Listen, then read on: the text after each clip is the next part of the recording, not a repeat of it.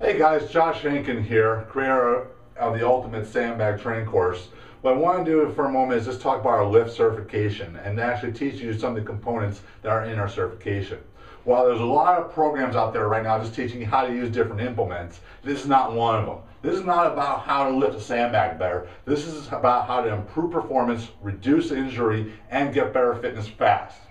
I'm going to show you in a moment how this all relates, because what we're going to do in our certification is teach you quickly how to assess individual problems, prescribe the right exercises, and get success fast. So check out one of these tips that will be in our L.I.F.T certification.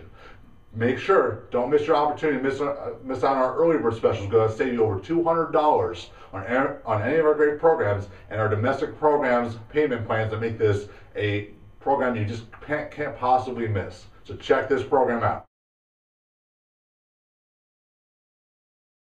Alright guys, we're going to get past all the fancy assessment protocols. What we want to do is give you simple tools to use to see results fast. One of those is using a prone lying hip extension drill just to see what's activating, what's not. There's a lot of coaches out there that are saying this drill works the posterior chain, that drill works the posterior chain. The posterior chain, mainly your hamstrings and glutes, are so vital because that's going to protect your low back and your knees. It's going to allow you for faster performance in sport, and it's going to allow you for more training results in your fitness program. So simply, let's get into it. You're going to want to start down in a laying position. Now, if you're working with a partner, this is great because they can actually take a tape measure and measure the changes that you experience. You want to make sure to lay as flat as you can. If you don't want your head up, because it's going to cheat the exercise. Simply, you're going to keep one leg straight. Ideally, your face is down. Lift the leg up as high as you can without rotating the pelvis or lifting through the low back. You want to make sure it's on the hip. What that is going to show you is how much you're using your hamstring and glutes and how much things like your psoas are impeding your movement and performance. A lot of people are going to see in a moment one way we're going to quickly increase that range of motion. We're going to use our rotational lunge. You're going to do just a few repetitions of it, retest and see the difference it makes.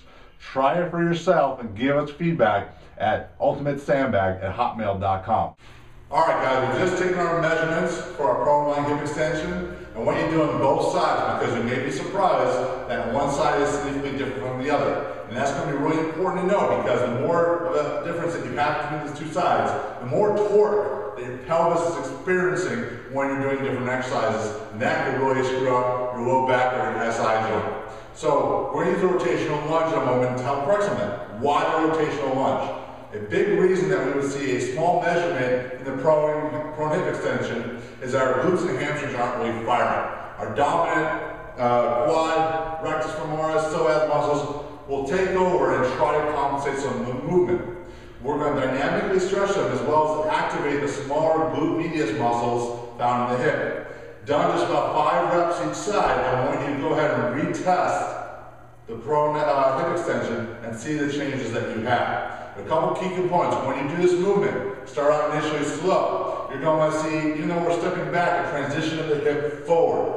You're going to make sure that your foot is balanced, that you're not feeling your weight go on the outside or the inside as you step. The stepping motion back and pulling it up, pulling the hip back up, is actually a pulling movement, so we should activate the glutes even more. So that's it. Grabbing our sandbag, start with a lighter sandbag because we want to see quality movement. We're going to step back and rotate. Push through, right to the other side.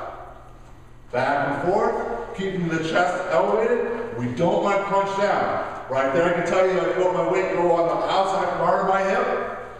There we go, right in the middle. So even right here, I can feel my hips going forward, and that's what we want. So now, go check. Email us or post it on our Facebook page, and let us know the changes that you've experienced. This is exactly the type of stuff that we're going to be doing in our certification, and that's exactly why you have to attend. So don't miss out and check out our L.I.F.T certification page.